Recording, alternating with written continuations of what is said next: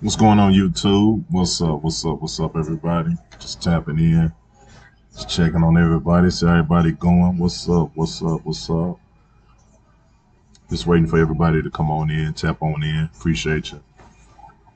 Yeah, I'm gonna try to go ahead and get right on to it. I'm gonna just go ahead and give everybody just a couple minutes just to get on in here. I appreciate you. Make sure if you do get in, share, like, subscribe, share me, like, subscribe to my channel.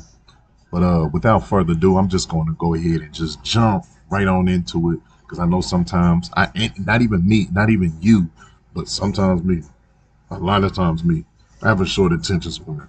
So I understand if you have a short attention span. I got it too. But I'm not gonna buck against the system, so I'm just gonna just jump right on in. As you can see on the description key, quantitative and qualitative data. Qualitative data is experience data. Quantitative data is data that you can put numbers to as far as numerical. Now, what happened is I want to give you my testimony, or what I'm going to do is give you my testimony, and I'm going to show you the quantitative and the qualitative, and I'll reference back to that. But my testimony is how I came to Christ. It was three things, and as you can see in the description, it was three things that got me there. The first thing, I was almost caught with dope. Second thing, I was shot. And the third thing is I had a near death experience. So I just want to let you know that no matter what you have gone through in this life, it is possible to come. Sometimes we are more hard headed than others, but you already know that saying, a hard head to make a, and I'm just going to leave it at that. But just to go ahead and give you my first experience, I was probably about 13, 14 years old. And and a lot of people that can relate to me on this. I had a praying mother. I had a praying mother, one who was always praying for me. Um, and it was actually times where I told her to stop praying because, like, as these three testimonies that I just told you about kind of correlate with why I was telling her uh, not to pray. But the first time when I almost got caught with dope, that was the first time I actually told her to stop praying for me. Which I'm a fool for saying that. I say that now, but now, I do realize that. Hey, appreciate you for not stopping, mama. I appreciate you for that one. I gotta get it to you. Praying, mama. But I remember going to I was finna go make a little drug run, and like I told you, I was probably about 12. I was probably about 13, 14 at this time. So I'm running down the street, going to make the run, going to make some money. Um, Not knowing on the other side of town, somebody had broke into a house. So when the police saw me running down the street, they thought it was me, the one who had broken into the house. So they jump out. Man, it was probably about three or four. They jump out, surround me. Get your hands up, get your hands up. So I done got my hands up, turning around, and I kid you not, when I was running, before they had stopped me, I had the dope in my right hand. As they told me to turn around and put my hands behind my back, about three or four police, I kid you not. You're going to think I'm crazy when I say this, but this is what happened right here. As I turned around, I did just like this. With this hand slipping in my mouth. It turned around. So I had it under my tongue. So they cuffed me up, put me in the back of the police car. I stayed in there for about 5 or 10 minutes before they realized it wasn't me. So they ended up letting me go. But before they let me out the back seat, I'm in there cuffed back. What I did was I took the dope, spit it to the side, spit it, and then I just stuffed it with the back of my hand because they had my hands cuffed to the back, and I left the dope there. Now that was my first experience, and as you growing up with a praying mother, you tend to put these things together because, I grew up in church. I grew up knowing, the Lord and knowing how You know how he deals with his people. You know, hearing all the Bible stories and all of that. So I'm in my head. This is my quantitative experience, not quantitative. I'm sorry, qualitative. Quantitative is dealing with numericals, but this is my qualitative experience. The connection. My mom was praying for me. So to me, this is, now that I look at it, this is God is allowing certain things to happen to get my attention. So, I was still wanted to be hard headed and, still, what I'm saying? Still out here running the streets, doing my thing, whatever. Thinking that, everything good. I didn't get caught, you get that little prideful feeling once you don't get caught. That's dangerous. That is dangerous. I'm telling you. Which leads me into getting shot. So what happened with that experience was we went to Conway one night. I believe it was me and my baby mother at the time, and a couple friends that I had. So we getting full, drinking. Another qualitative experience. This is going into qualitative. This is another qualitative experience. Okay, let me say this. Whenever you get a chance, make sure you look up qualitative and make sure you look up quantitative data. So as we go into the club, we're going out having fun. We got forward at night, and as the night ends, what happens is I get into it with somebody. Now Conway and Morrilton, they always had like they stopped playing each other in basketball and football because it ended up getting so violent. So we always had a pass with or rivalry with Conway anyways. So but I wasn't around at that time when that was going on, when they had all that stuff going on, but it was still, the tension, what I'm saying, it was still there. So, we decided to go out and towards the end of that night, got into it with somebody and bumped into him. He bumped into me. I don't even remember exactly how it happened. I just remember we kind of bumped into each other, whatever. And then, we had a few words as I was going out. But my baby mother at the time, she told me, she said, "No, come on, let's go. Don't even worry about it. Let's go." Trying to pull me outside and different stuff like that, which she did get me outside. I was like, "No, no, man, he tried to punk me. I'm drunk. You drunk. You not thinking and all this other type of stuff. You thinking you're on top of the world and all this, just it's, the pride kicked in. So I went back in, you know, starting some stuff because, I mean, I was about ready to get in the car. So went back in, you know what I'm saying? Walked up to him, you know what I'm saying? We dang this, we doing a little standoff. I didn't know that his homeboy handed him the gun, which was crazy. I didn't even see it. I didn't even see all this. But I seen him reach behind his back, kind of, and then he came back out like this. And when I say that gun went off, I got hit. But when the gun went off, let me say this, I was so close to that gun, I could see like, like the fire, the smoke, and everything as that gun went off. That's how close I was to that gun when it went off. Boom! And I was hitting the chest. Didn't even feel it. You could be so inebriated drinking. I didn't even feel it. My instinct was to try to grab the gun out his hand. So I grabbed his hand and we tussling back and forth. I'm over his head like this, and I'm trying to grab it. I grabbed him with my left hand, and I'm trying to grab the gun out of his left hand. Trying to pull it, and then somehow he had slipped. He had slipped, and he had regained control of that gun again. So what had happened was my little brother, he was behind me. I didn't mention that, but he had followed me back in there. First thing I did was when I realized he had control of that gun again, man, I pushed him with all my might. He slid back. And as he slid back, you could hear him. Pop! He let off one. And then as I turned around, I pushed my little brother low to the ground. Pushed him down low to the ground because he wouldn't get hit. So I ended up running down the hallway. I ended up running down the hallway. It was two doors. Listen to me. This word, man, I'm telling you, this God is good. It was two doors. So I run down the hallway, run to the second door. When I first got in there, All this stuff was happening, adrenaline flowing. All this stuff was happening so fast. So when I first got in there, closed the door, locked it, and I just leaned up against the door, and I looked down. Man, I'm talking about blood just boom, boom. It was because I got hit. I ended up getting hit right here. Blood just pow, pow, pow. You know what I did when I got in that door? Prayed.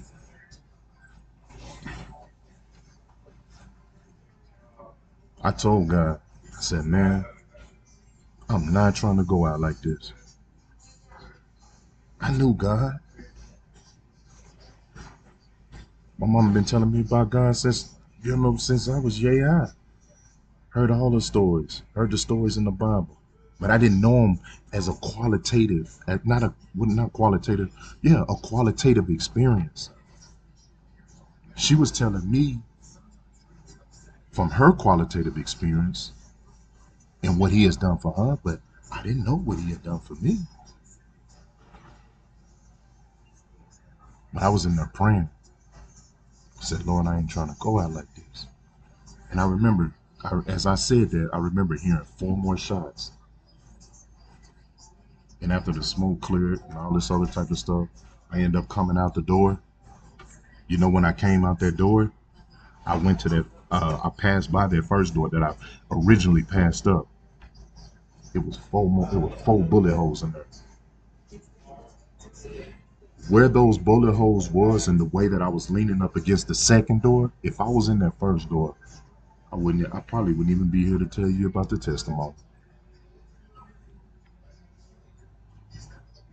That's my qualitative experience with God. I can tell you scriptures and we can talk scriptures all day. I can give you the quantitative experience and I can match it up with what's going on, but I'm telling you something that I've experienced. This is my qualitative experience. This is what I've had with God. This is him keeping me when I didn't want to be kept. Pride. Man, that pride, boy. How many times? I'm gonna just go off. But how many? I remember telling my daughter, I'm like, okay, I didn't talk to you. I didn't did this. What is it gonna take for you to get right? Because what happens is we tend to keep going in the wrong direction if we don't get corrected. So what happened is that last time she did something, I remember, grabbed that belt out, came across her butt. Pop, pop, pop, pop. Get some act right. God is the ultimate father of all of us. He knows what he placed in you. And sometimes, man, we get to a point to where we get to running, and sometimes people don't even make it out of it, man. That wasn't nothing but the grace of God, man. For me to run down into to pass up the first door, run to the second door, come out the second door, and see that there's 4 more bullet holes in there, they would have hit me in all vital organs. That was God. That's how you know you're here for a purpose. Now, I'm not the only one I'm pretty sure people on it right here on this YouTube channel done been through worse. And I know you done been through worse. And I know you know about God. Man, it's time to get saved, man. It's time to stop playing. I'm telling you, man. These times, man, these are trying times that we are in. Time is running up. Do you know that Noah preached 100 years before the flood came? He out there working on the boat building for 100 years. He was preaching the same message.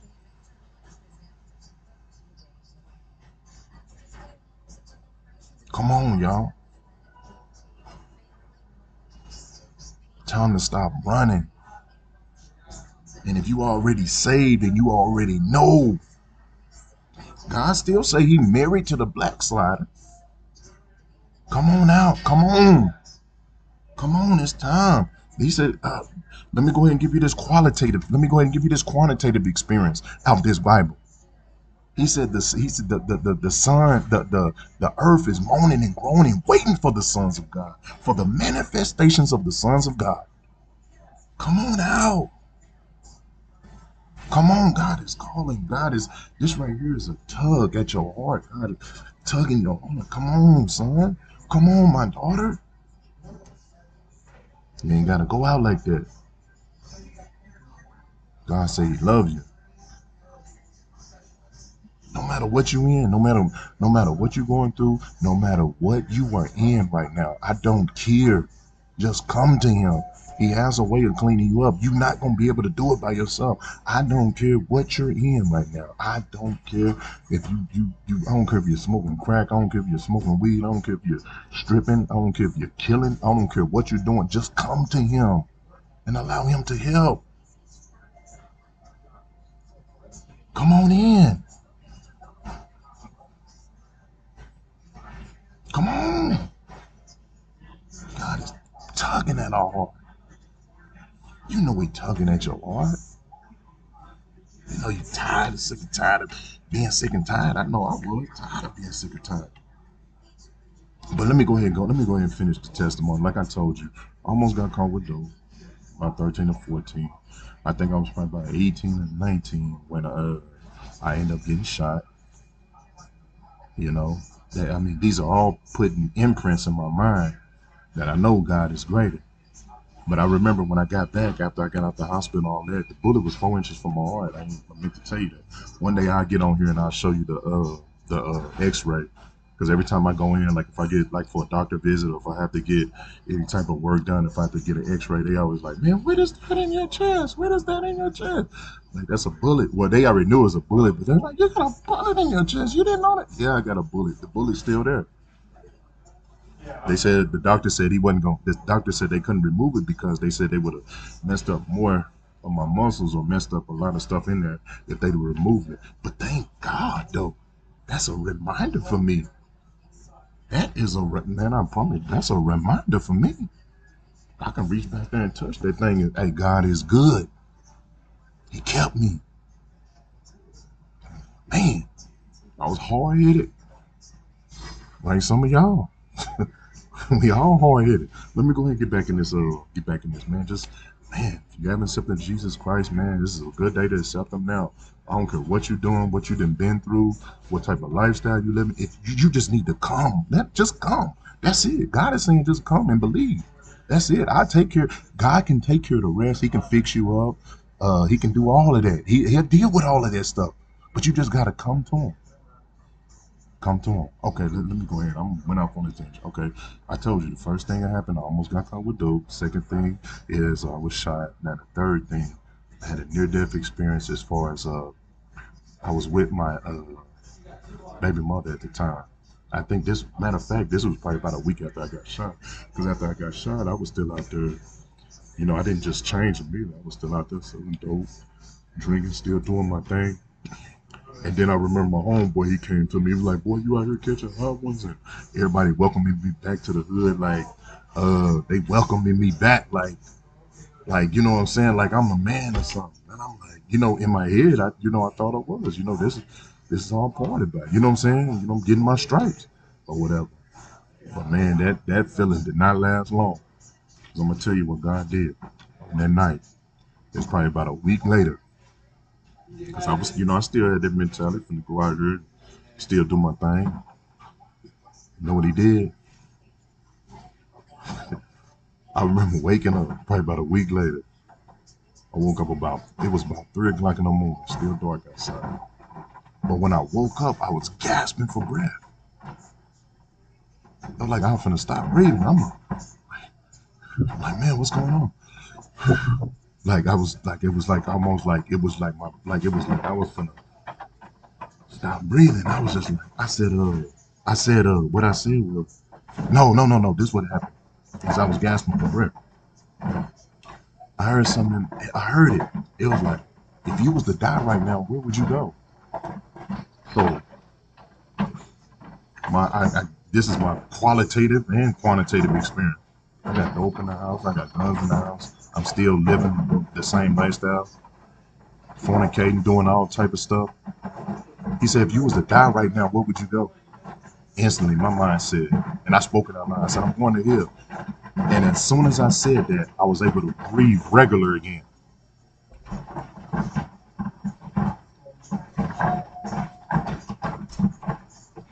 Do you know what that did to me? God deals with, let me tell you something. Some of us is hard headed than others. And God know what it takes to wake you up and get your attention. Listen to me. Some of us is hard headed than others. God is the ultimate father.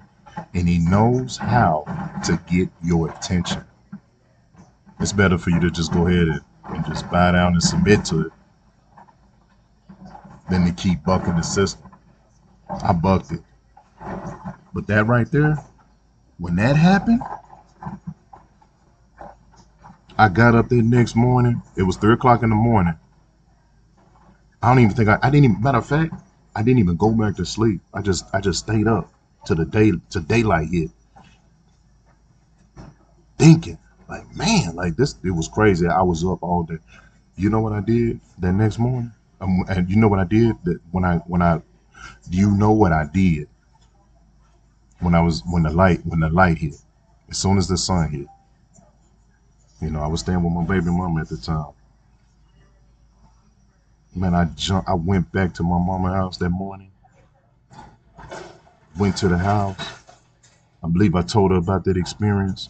And then after I told her about that experience, I popped in every TD Jakes VHS, every TD Jakes VHS, every Juanita Byam tape, everything. Man, I was listening to it all. Didn't miss a beat. It got my attention. He was already working on getting my attention, but that right there, when he felt like he was gonna take my breath, I ran up on my baby mom. I was like, I got to go. She didn't know what was going on. All she knew was like, this is not the same dude I was with a week ago. He's different. I changed. Now let me get to you. Let me say this. I wasn't perfect. I didn't perfect. That's why I told you. God got me in there. But it was some things he still had to work on my mind, work on my thoughts, work on my belief system, work on things that I picked up along the way, things that I still fell back in. See, it's better. Let me tell you this right here. I'm gonna give you this little secret. That's why I keep telling you, just go ahead and come on in and you let God clean you up. You listen, this is the secret. You come on in, believe, and accept him into your heart. Sincerely do that. And then you allow him to work on you. Because once you come in, you have a covenant with the Father now to where what happens is if you do fall, you mess up. What happens is Jesus is at the throne interceding on your behalf, and you can go back to the Father and ask him for forgiveness. So come on in. Because what happens is you're like, oh, I ain't going to church until I get better, right? Or until I do this, or until I do this, or I want to be perfect. No, you ain't gonna get perfect. You ain't. It ain't gonna happen. You're gonna need the help of the Holy Spirit. You're gonna need God. So just come on in and allow him to help you and work on you. You may still go back to the same stuff that you in. But as long as you know you got him now, and you got some hope. So that's the secret. Go ahead and just come. Come as you are. He said, come as you are. And allow him to work on you. But see, some of us already been saved. We already know. Then sometimes we wonder why he allowed this stuff to happen. Man, don't be that hard-headed child that you don't be that hard-headed. Now I'm talking to my believers. Now I'm talking to the Christians. I'm talking to the people who already know. Now, even if you don't know, it's still ways that he'll get you in there because he know that what it takes to get you in there. Come on back, man. Y'all know y'all got family members out there, man, that need to be saved. You don't even say that. You got family members, you got friends. You don't even tell them what you got because you too busy trying to. Man, come on, man. Forget all that. Come on in, man. The Moses of the family. You know y'all Moses of the family. Interceding and behalf, knowing you're supposed to be out there speaking and bringing these people in. Come on now. Know that, man. Hey, daddy is a jealous God. You know how daddy get? I just gave you the experience. Almost got caught with dope. I was shot. Uh, Near death experience. took all that. Now, when you get in, I'm not saying that you're gonna be perfect. You're not. That's the. I think this is the confusion, man. It's like the devil blinds the minds of the people, man. Just all you gotta do, man. I'm weak. I'm telling you, time is winding. Time is winding down, man. Come on, we got to come on in. Come on in. I love you. I love you, man. God saying I love you. I want you. You worth it. You are enough. I can use you. I don't care what you've been through.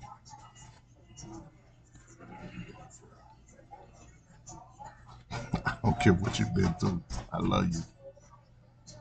God said He loves you and He wants you. You are enough. No matter what you've been through in this life, man, it's a lot of different things, man, people go through. Molestation, rape, uh, hurt, pain, love, father not being there, mother not being there. It's so many different things, man. But God said, I got my arms wide open. Come, come to me who are heavy laden. Come on. You are enough. And God can do something with you. That's just my testimony, y'all. I'm not gonna keep y'all too long. Uh, like I said, man, just come to my YouTube channel. You can see it right on there. It's Stone Cold TV. You can hit me up on my Instagram, code 3509.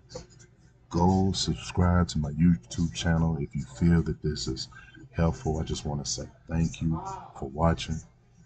Oh, man, God loves you.